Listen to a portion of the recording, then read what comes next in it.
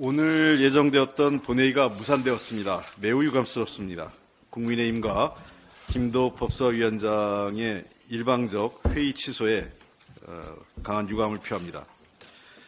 당초 여야 간사가 합의한 상임위 전체 일정을 법사위원장이 마음대로 취소한 사례는 본 적이 없습니다. 오늘 본회의 일정은 이미 오래전에 확정된 여야 원내대표 간 합의된 사항이었습니다. 물론 제가 의장님 중재회의에서 양해는 했습니다만 이런 식으로 합의된 약속을 저버리는 것은 바람직하지 않습니다. 특히 법사위는 본회의와 무관하게 타 상임위에서 넘어온 130여 개의 민생 법안들을 신속히 심사해야 될 의무가 있는 것입니다. 자기 당의 정치적 목적을 위해서 이미 합의됐던 정치적 약속도 그리고 민생에 대한 책임도 저버리는 것은 바람직하지 않습니다. 특히 이동관 방송통신위원장의 탄핵안을 막기 위해서 법사위 전체 회의를 열지 않겠다고 하는 이러한 행태는 명백하게 잘못된 것이고 법사위원장의 직권남용에 해당합니다. 그리고 김도읍 법사위원장이 민주당이 추진하는 이동관 방통위원장 등의 탄핵소추안에 대해 여야 원내대표 간 합의된 바가 없다는 이상한 논리까지 동원을 했습니다. 탄핵소추안이 여야 간 합의가 돼야 추진되는 것입니까? 도대체 국회법에 어느 근거가 있는지 제가 모르겠습니다. 결국 국민의힘과 법사위원장이 이동관 방통위원장의 탄핵을 어떻게든 막고 정권의 방송장악을 지속하겠다는 것 이상 이하도 아닙니다. 국회는 특정 위원장에 의해 좌지우지되는 그런 기관이 아닙니다. 정권의 어머나 당리당략이 아닌 헌법과 국회법에 따라 움직여야 합니다. 우리가 이런 법사위의 횡포를 막기 위해서 여러 차례 자구체계 심사권 이외에 법안 심사권을 주지 않으려고 했는데 법사위는 또 법사위원장은 이 국회법의 취지를 정면으로 거스르고 있는 것입니다. 오늘이라도 법사위를 조속히 정상화해서 관련된 민생 법안들을 신속하게 처리해 줄 것을 거듭 촉구합니다. 그리고 민주당은 당초 여야 합의대로 오는 30일 본회의를 열어서 이동관 방통위원장에 대한 탄핵안을 반드시 처리할 계획이고요.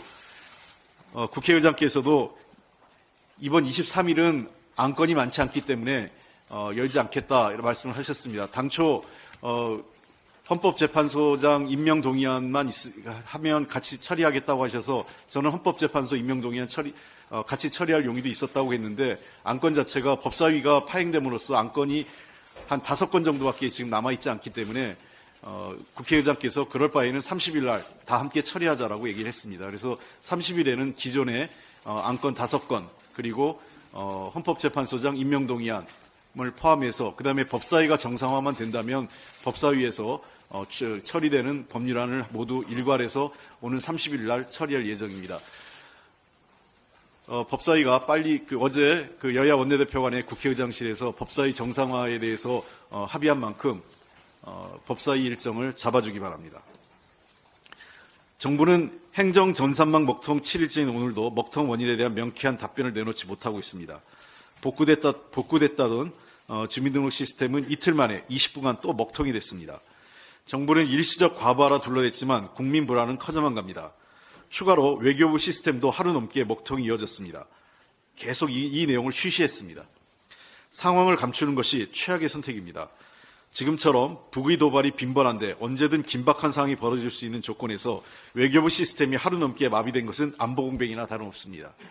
세계 최고의 디지털 플랫폼 정부기관이란 윤석열 정부의 국정과제가 무색합니다. 더 심각한 것은 위기 대응입니다. 대책본부를 구성하고 첫 회의까지 12시간 넘게 걸렸습니다.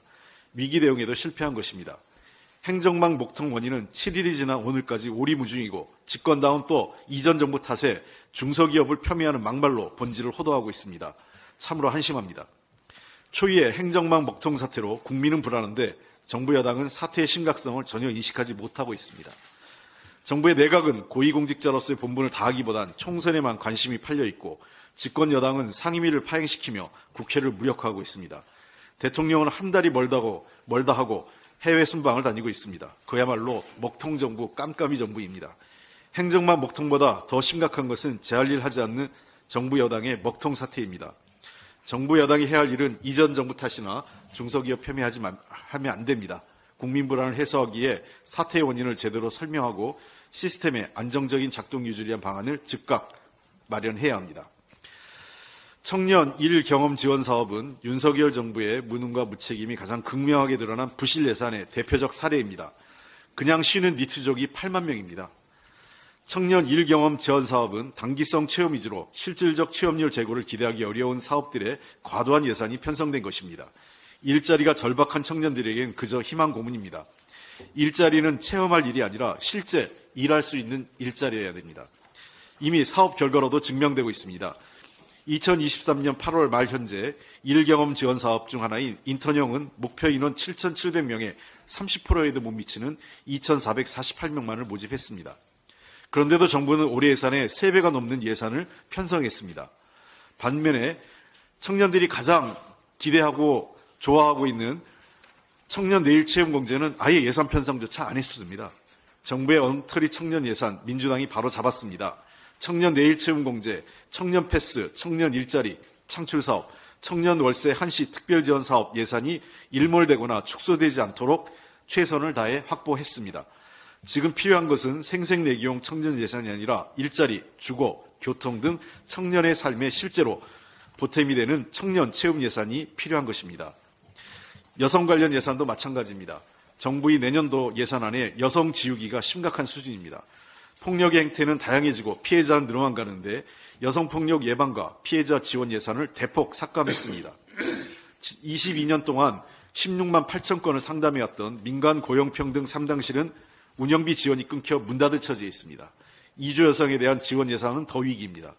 여성은 아무것도 하지 말라는 정부의 철학이 그대로 드러난 것 아닌가 싶습니다. 민주당은 여성의 안전과 평등한 일자리를 위한 최소한의 안전망이 사라지지 않도록 예산안에 충실히 담겠습니다. 이상입니다.